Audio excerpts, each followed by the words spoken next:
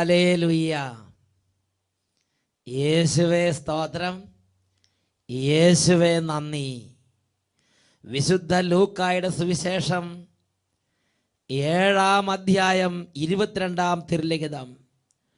അവൻ അവരോട് പറഞ്ഞു, നിങ്ങൾ കാണുകയും കേൾക്കുകയും ചെയ്തതെല്ലാം ചെന്ന് യോഹന്നാനെ അറിയിക്കുക. ഇതാ കുരുടന്മാർ കാണുന്നു, മുടന്തന്മാർ നടക്കുന്നു, കുഷ്ഠരോഗികൾ സുഖം പ്രാപിക്കുന്നു, ചെകിടർ കേൾക്കുന്നു, മരിച്ചവർ ഉയർപ്പിക്കപ്പെടുന്നു, ദരിദ്രരോട് സുവിശേഷം പ്രസംഗിക്കപ്പെടുന്നു. എന്നിൽ ഇടർച്ചയുണ്ടാകാത്തവൻ ഭാഗ്യവാൻ എന്നരുളി ചെയ്ത യേശുക്രിസ്തുവിൻ്റെ അത്ഭുത നാമത്തിൽ നിങ്ങൾക്കേവർക്കും കൃപയും സമാധാനവും. Price the Lord. ഹല്ലേലൂയ. ഇന്ന് നാം ചിന്തിക്കുന്നത് സിംഹക്കുട്ടിയെ പോലെ ഉണരുക എന്നതിനെ കുറിച്ചാണ്. മക്കബായരുടെ 1-ാം പുസ്തകത്തിൽ 3-ാം അധ്യായത്തിൽ 4-ാം തിരുലിഖിതം. പ്രവർത്തനങ്ങളിൽ അവൻ ഒരു സിംഹത്തെ പോലെയായിരുന്നു. ഇരയ്ക്കായി അലറുന്ന സിംഹക്കുട്ടിയെ പോലെ അവൻ അധർമ്മികളെ തെരഞ്ഞു പിടിച്ചു. ഹല്ലേലൂയ. പ്രിയപ്പെട്ട ദൈവമക്കളെ, ഈ നിമിഷങ്ങളിൽ ദൈവരാജ്യത്തിൻ്റെ അത്ഭുതകരമായ ശക്തി വ്യാപരിക്കുന്ന നിമിഷങ്ങളാണെന്ന് തിരിച്ചറിയുവിൻ. ഇതാ ഒരു വ്യക്തിയുടെ അനുഭവം നിങ്ങളുടെ ശ്രദ്ധയിലേക്ക് കൊണ്ടുവരാം. എൻ്റെ പേര് ജോസഫ്. ഞാൻ കോട്ടയം ജില്ലയിലെ പാലായിൽ നിന്നാണ് ഈ കത്ത് എഴുതുന്നത്. ഞാനിപ്പോൾ +1 പഠിക്കുന്ന ഒരു വിദ്യാർത്ഥിയാണ്. 10ാം ക്ലാസ് പരീക്ഷയുടെ സമയത്ത് എനിക്ക് വളരെയേറെ ടെൻഷനും പിരിമുറുക്കവും ഭയവും അനുഭവപ്പെട്ടിരുന്നു. ഞാൻ വല്ലാതെ ഞെരുങ്ങി. ഞങ്ങൾ സ്ഥിരമായി ഷാലോം TV-യിലെ അഭിഷേകാഗ്നി ശുശ്രൂഷ കണ്ടുകൊണ്ടിരിക്കുന്ന കുടുംബമാണ്. എൻ്റെ വേദന അഭിഷേകാഗ്നി പ്രോഗ്രാമിൻ്റെ സമയത്ത് യേശുവിൻ്റെ നാമത്തിൽ സമർപ്പിച്ച് പ്രാർത്ഥിച്ചു. എനിക്ക് നല്ല റിസൾട്ട് തരികയാണെങ്കിൽ കത്തെഴുതി അറിയിക്കുമെന്ന് ഞാൻ വിചാരിച്ച്. അത്ഭുതമെന്ന് പറയട്ടെ, റിസൾട്ട് വന്നപ്പോൾ 98% മാർക്കോടെ ഉന്നത വിജയം നൽകി കർത്താവ് അനുഗ്രഹിച്ചു. ഹല്ലേലൂയ. 98% നല്ല റിസൾട്ടോടെ ദൈവത്തെ മഹത്വപ്പെടുത്താൻ ആ എളിയ പൈതലിനെ കർത്താവ് കൈകൾ നീട്ടി, കൈകൾ തുറന്ന് അങ്ങോട്ട് അനുഗ്രഹിച്ച്. പ്രിയ ദൈവ പൈതലെ, ഇന്നൊരു ഞെരുക്കത്തിലോ ഒരു കുരുടായി പോയ അവസ്ഥയിലോ ഒരു ബുദ്ധിമുട്ടെന്ന് പറഞ്ഞ സാഹചര്യത്തിലോ അകപ്പെട്ടിരിക്കുന്ന വ്യക്തിയാകാം. കർത്താവ് കരം തുറന്നാൽ എല്ലാവരുടെ മേലും സന്തോഷം കൊണ്ട് നിറയും. 145-ാം സങ്കീർത്തനത്തിലെ 16-ാം തിരുലിഖിതം. കർത്താവ് കരം തുറന്നു കൊടുക്കുന്നു, എല്ലാവരും സംതൃപ്തരാകുന്നു. 2 കരങ്ങൾ ഉയർത്തി സ്തുതിക്കട്ടെ. രോഗികൾ ആ രോഗക്കിടക്കയിൽ കിടന്ന് സ്തുതിക്കട്ടെ. പലതരത്തിലുള്ള പ്രയാസങ്ങളിരിക്കുന്നവർ നിങ്ങളുടെ കുടുംബാംഗങ്ങൾ നിങ്ങളുടെ അരികിലുണ്ടെങ്കിൽ ആ രോഗികളുടെ മേൽ കൈകൾ വെച്ച് മറ്റു കുടുംബാംഗങ്ങൾ ഇപ്പോൾ പ്രാർത്ഥിച്ചുകൊണ്ടിരിക്കുക. എല്ലാവരും സ്തുതിക്കട്ടെ. Hallelujah, hallelujah. ഓ സ്വർഗത്തിൻ്റെ അത്ഭുത ശക്തി, യേശു നാമത്തിൻ്റെ അത്ഭുത ശക്തി, യൂദാ വംശത്തിലെ സിംഹത്തിൻ്റെ അത്ഭുത ശക്തി ഇപ്പോൾ ഈ സമൂഹത്തിന് മേൽ വ്യാപരിക്കട്ടെ. ഓ ദൈവമേ, ലൂക്കായുടെ സുവിശേഷം 6:19.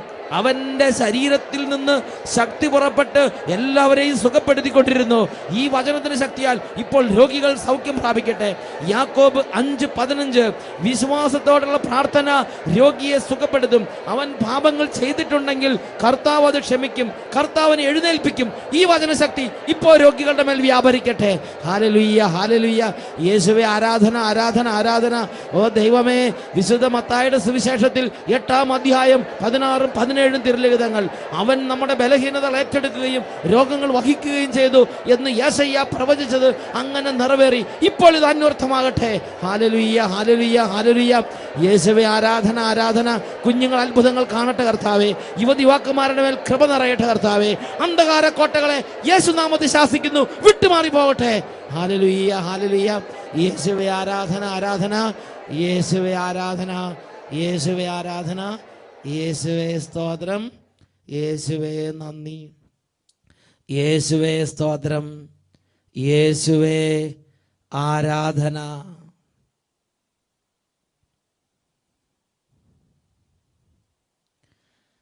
ഹല്ലേലൂയ. സിംഹക്കുട്ടിയെ പോലെ ഉണരുക. പ്രിയപ്പെട്ട ദൈവമക്കളെ, ഇന്ന് അനേകരുടെ കുടുംബങ്ങളിലും ശുശ്രൂഷ ജീവിതത്തിലും പങ്ങിപ്പരുങ്ങി നടക്കുന്ന തരത്തിലുള്ള ചില രീതികളും ചില സ്വഭാവങ്ങളും കാണുകയാണ്. ഒരു പ്രത്യേക തരത്തിലൊരു പതുക്കം, ഒരു ഒതുക്കം, ഒരു തീഷ്ണതയുടെ കുറവ് പ്രാർത്ഥനകളിൽ കാണുകയാണ്, ശുശ്രൂഷകളിൽ കാണുകയാണ്. എല്ലാ സ്ഥലത്തും ഒരു പ്രത്യേക മന്ദത ചിലരെ ഉപദ്രവിക്കുകയാണ്. ഇതിനെക്കുറിച്ച് ഗൗരവത്തിൽ ചിന്തിക്കേണ്ട ഒരു മേഖലയാണ്. ദൈവത്തിൻ്റെ കാര്യങ്ങൾ എങ്ങനെയെങ്കിലും ചെയ്താൽ മതി എന്നാണോ വിചാരിക്കുന്നത്? പ്രാർത്ഥിക്കുമ്പം എങ്ങനെയെങ്കിലും പ്രാർത്ഥിച്ചാൽ മതി എന്നാണോ വിചാരിക്കുന്നത്? ബൈബിൾ പഠിക്കുമ്പം എങ്ങനെയെങ്കിലും ബൈബിൾ പഠിച്ചാൽ മതി എന്നാണോ വിചാരിക്കുന്നത്? ഉപവസിക്കുമ്പം എങ്ങനെയെങ്കിലും ഉപവസിച്ചാൽ മതി എന്നാണോ വിചാരിക്കുന്നത്? ആത്മീയ കാര്യമാണോ? പൗരുഷം വേണം, നല്ല തീഷ്ണതയോടെ ആത്മീയ കാര്യങ്ങൾ ചെയ്യണം. ഒരു ഉദാഹരണം ബൈബിളിൽ കാണുന്നുണ്ട്. മക്കബായരുടെ 1-ാമത്തെ പുസ്തകം എടുക്കുക, അതിൽ 3-ാമത്തെ അധ്യായം.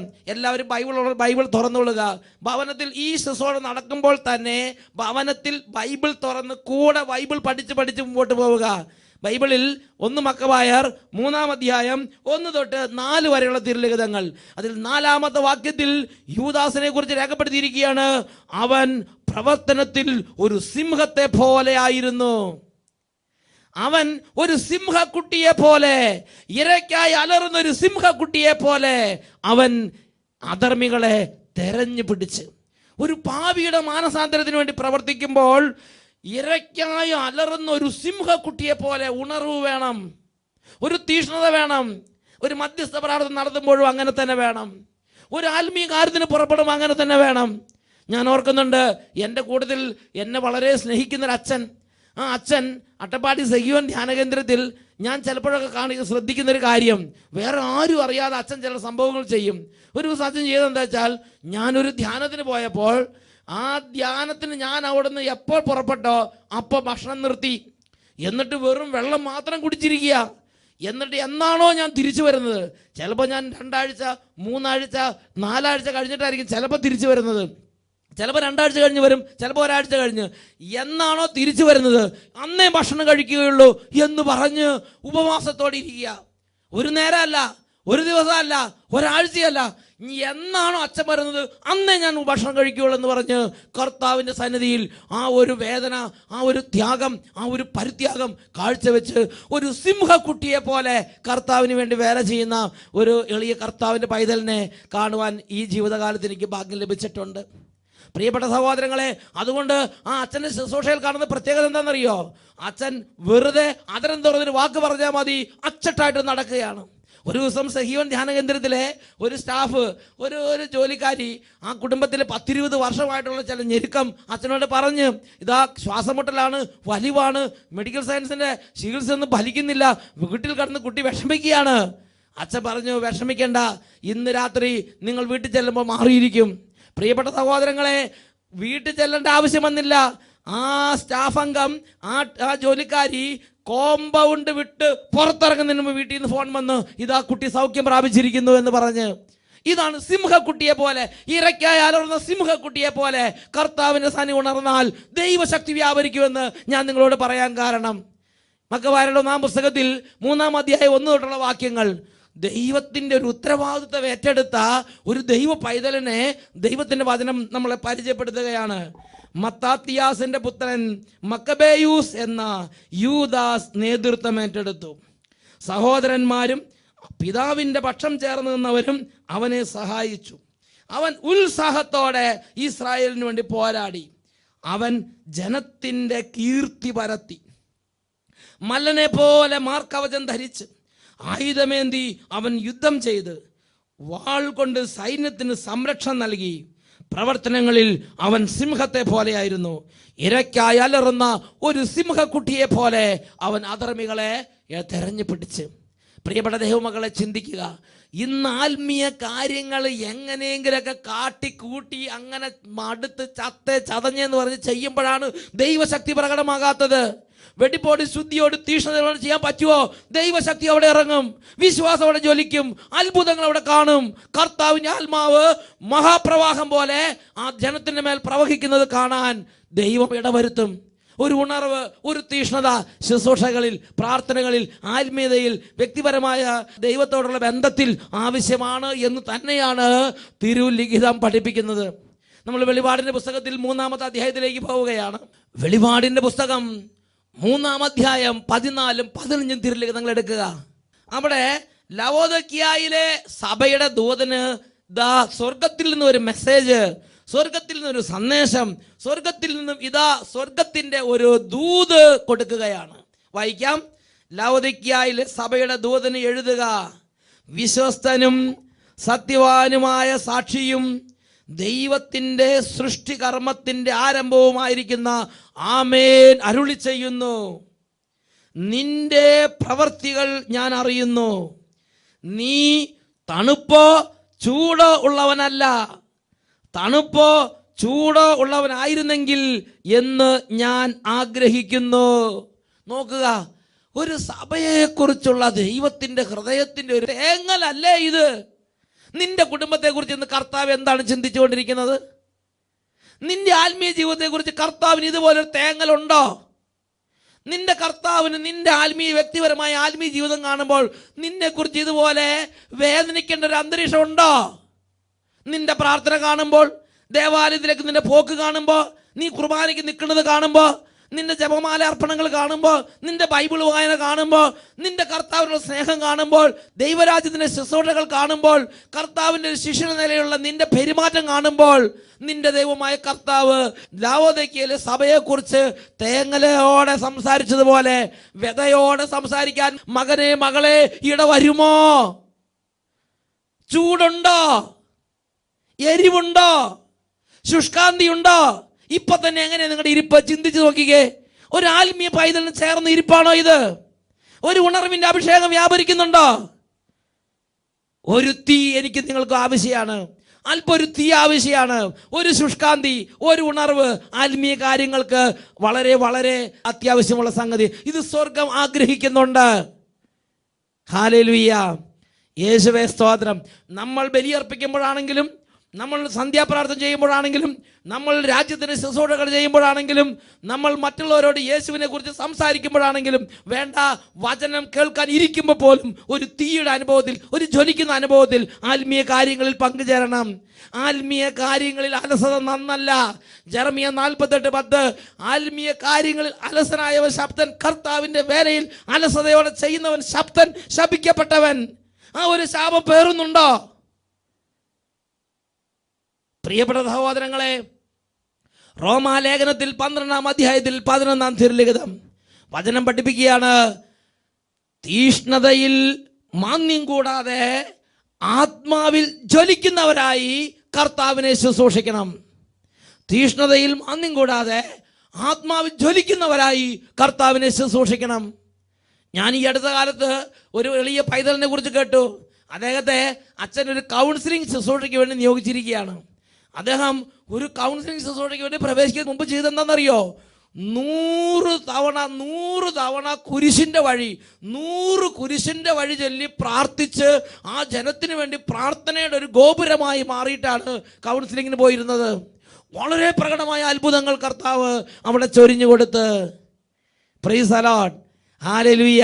പ്രിയപ്പെട്ട സഹോദരങ്ങളെ, കർത്താവിന്റെ ശക്തി ആദിമ സഭയിൽ മാത്രമേ ഉണ്ടായിരുന്നുള്ളൂ. ഇന്ന് കർത്താവിന്റെ ശക്തി അസ്തമിച്ചു എന്ന് ചിന്തിച്ച് വശാകരുത്. നീ ഞാൻ ഈ എരിവോടുകൂടി കർത്താവിന് വേണ്ടി സമർപ്പണം ചെയ്യുന്നുണ്ടോ? അവിടെ കർത്താവിന്റെ ശക്തിയുണ്ട്. ഇത് നിസ്സംശയമായ നിസ്തർക്കമായ ഒരു സംഗതിയാണ്. Price the Lord. ജെറമിയായുടെ പുസ്തകത്തിൽ ദൈവം എപ്പോഴും ദൈവരാജ്യത്തിന്റെ വേലയെക്കുറിച്ച് സംസാരിക്കുമ്പോൾ ദൈവം പറയണത് തീ കത്തുന്നത് പോലെ ആത്മീയ ശുശ്രൂഷകൾ ചെയ്യണം. ജെറമിയ പ്രവചനത്തിൽ 23-ാം അധ്യായത്തിൽ 28-ാം തിരുലിഖിതം വചനം പഠിപ്പിക്കുകയാണ്: എന്റെ വചനം ലഭിച്ചിട്ടുള്ളവൻ അത് വിശ്വസ്തയോടെ പ്രഖ്യാപിക്കട്ടെ. പതിരിനും ഗോതമ്പ് മണിക്ക് തമ്മിൽ എന്ത് പൊരുത്തം? എന്റെ വചനം അഗ്നി പോലെയും പാറയെ തകർക്കുന്ന കൂടം പോലെയും അല്ലേ? ഒരു വചന ശുശ്രൂഷകൻ തമാശകളി, കുട്ടികളി കാണിച്ച് നടക്കരുത്.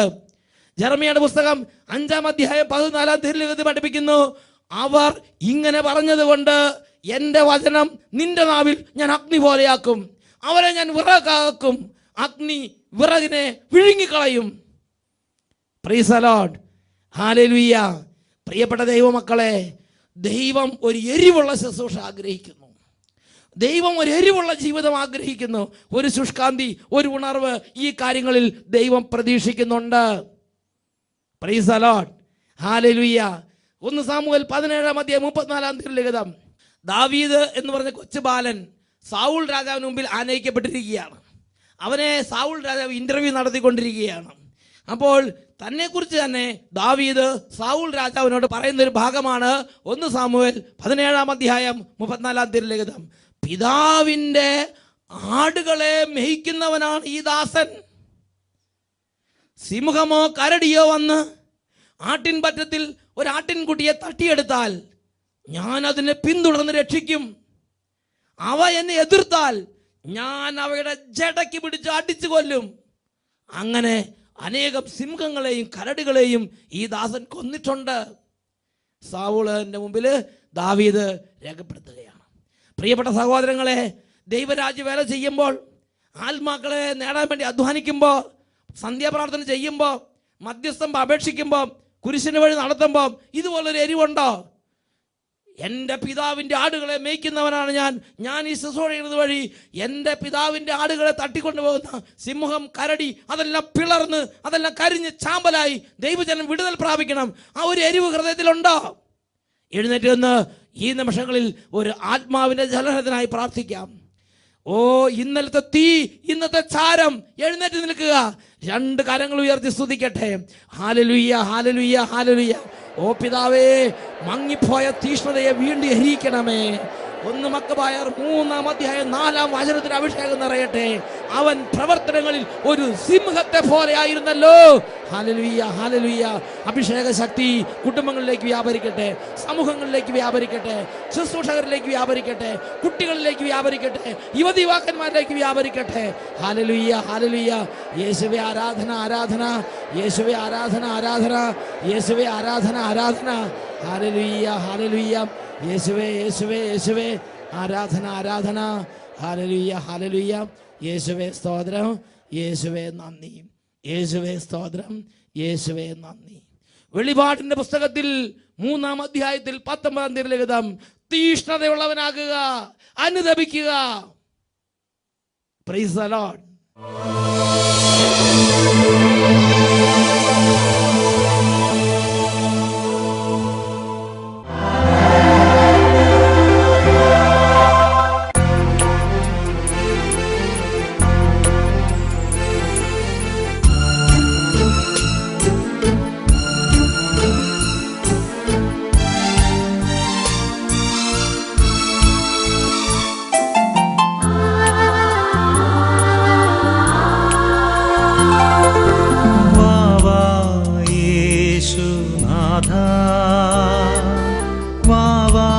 സ്നേഹരാജാ, ഹൃദയം തേടിയിടുന്ന സ്നേഹമേ നീ വാവാ, ഓ വാവാ, വാവാ, ഓ വാവാ.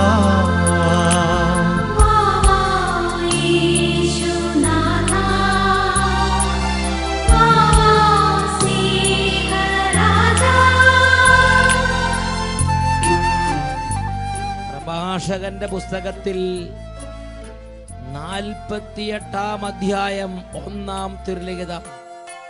അനന്തരം പ്രവാചകനായ ഏലിയ അഗ്നി പോലെ പ്രത്യക്ഷപ്പെട്ടു. അവന്റെ വാക്കുകൾ പന്തം പോലെ ജ്വലിച്ചു. പ്രിയപ്പെട്ട ദൈവജനമേ, കർത്താവിന് വേണ്ടി ഏലിയ ഒരു ആയുസ് മുഴുവൻ ചെയ്ത ശുശ്രൂഷയെ ഒറ്റ വാക്കിൽ, ഒറ്റ സെന്റൻസിൽ ഇതാ ദൈവത്തിന്റെ വചനം അവതരിപ്പിക്കുകയാണ്.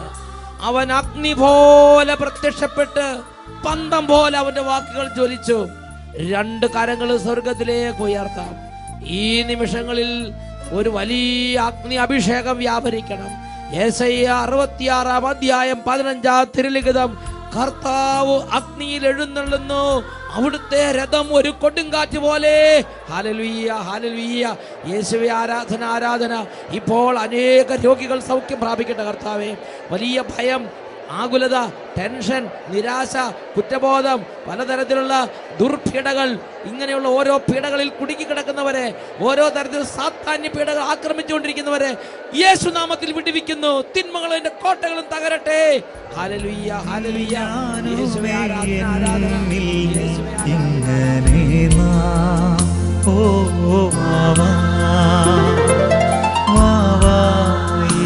യേശുനാഥ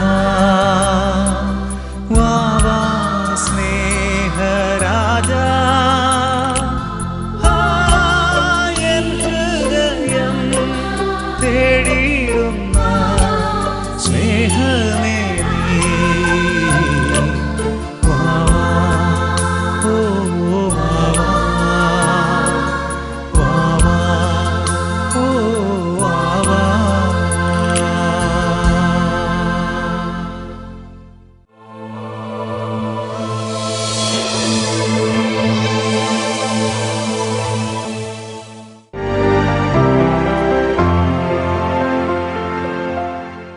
സൗത്ത് മൂലംകുഴി എന്ന സ്ഥലത്ത് നിന്ന് വരുന്ന. എൻ്റെ പേര് മോളി ജേക്കബ്.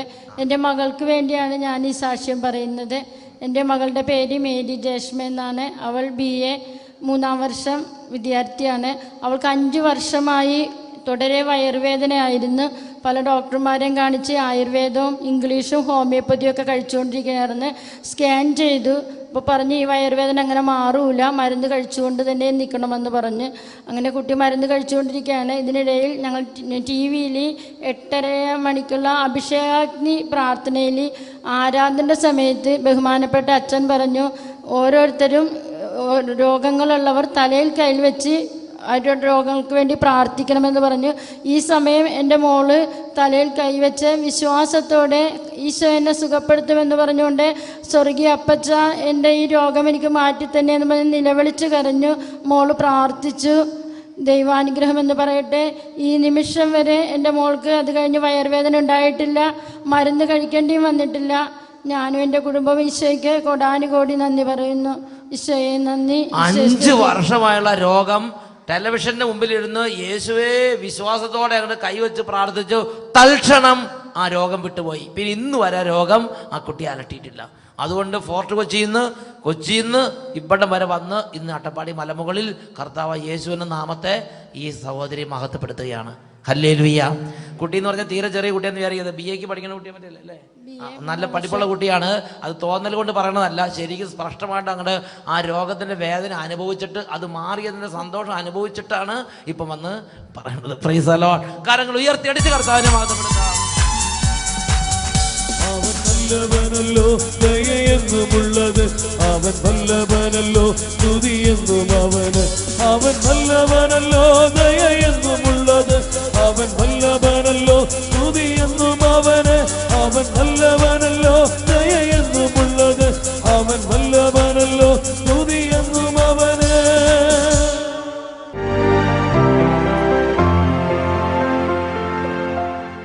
എൻ്റെ പേര് അഗസ്റ്റിൻ ജോസഫ്. എൻ്റെ വീട് പാലാരൂപതയിൽ രാമപുരത്ത്. ഞാൻ സ്കൂളിൽ അധ്യാപകനായി ജോലി ചെയ്യുന്നു. എനിക്ക് 1.5 വർഷമായി എൻ്റെ മുഖത്ത് നെറ്റിയിലും കവിളിലും കണ്ണിൻ്റെ പെരുക്കത്തിലും അതുപോലെ ചെവിയുടെ പുറകിലും എല്ലാം നിരവധി ചെറുതും വലുതുമായ വെളുത്ത പാടുകൾ ശരീരത്തിൽ പല ഭാഗത്ത് നെറ്റിയിലും കഴുത്തിലും ചെവിയിലും മുഖത്തും മൂക്കത്തും ഒക്കെ ആയിട്ട് വെളുത്ത പാടുകൾ വരുന്നൊരവസ്ഥയിൽ ഈ സഹോദരൻ വിഷമിക്കാൻ തുടങ്ങി. നിരവധി സ്കിൻ ഡോക്ടർമാരുടെ അടുത്ത് പോയി മരുന്ന് കഴിച്ചു, യാതൊരു കുറവുമില്ല. അങ്ങനെ ഇരിക്കെ കഴിഞ്ഞ മെയ്യിൽ ഇവിടെ വന്ന് ധ്യാനത്തിന് വരികയും കഴിഞ്ഞ മെയ് മാസത്തിലെ ആദ്യ വെള്ളി ധ്യാനത്തിന് ഇവിടെ പങ്കുചേർന്നു. വളരെ വേദനയോടുകൂടി പ്രാർത്ഥിക്കുകയും അതിൻ്റെ ഫലമായി അച്ഛൻ രോഗശാന്തി ശുശ്രൂഷയിൽ വെളുത്ത പാടുകൾ പോകുന്നതെന്ന് അറിയിക്കുകയും ചെയ്തു. അന്ന് ഇവിടെ കഴിഞ്ഞ മെയ് മാസത്തിൽ ഇവിടെ ശുശ്രൂഷയെ പങ്കുചേർന്നുകൊണ്ടിരുന്നപ്പോൾ സ്തുതിപ്പിന്റെ സമയത്ത് സ്റ്റേജിൽ നിന്ന് അച്ഛനെ അനൗൺസ് ചെയ്തു, ഇതാ ശരീരത്തിൽ വെളുത്ത പാടുകളുള്ള ഒരു വ്യക്തിയുടെ ശരീരത്തിൽ നിന്ന് വെളുത്ത പാടുകൾ അപ്രത്യക്ഷമാകുന്നെന്ന് മെസ്സേജ് വന്നു. അന്ന് ആ സമയത്ത് അന്ന് മുതൽ എൻ്റെ പാടുകൾ ഓരോന്നോരോന്നായി കുറഞ്ഞ് ഇപ്പോൾ അത് പൂർണ്ണമായിട്ടും കുറഞ്ഞു. പരിപൂർണമായി ശരീരത്തിൽ നിന്ന് ആ പാടുകൾ വിട്ടൊഴിഞ്ഞു പോയി. കൈകൾ ഉയർത്തിയടിച്ച് കർത്താവിനെ മഹത്വപ്പെടുത്താം. മഹത്വം ദൈവത്തിന്, സ്തുതികൾക്ക് യോഗ്യനവൻ. അത്ഭുതങ്ങൾ ചെയ്യുന്ന, അടയാളങ്ങൾ നൽകുന്ന യേശുനാഥന് സന്തോഷിച്ച്. മഹത്വം ദൈവത്തിന്, സ്തുതികൾക്ക് യോഗ്യനവൻ. അത്ഭുതങ്ങൾ ചെയ്യുന്ന, അടയാളങ്ങൾ നൽകുന്ന യേശുനാഥന്.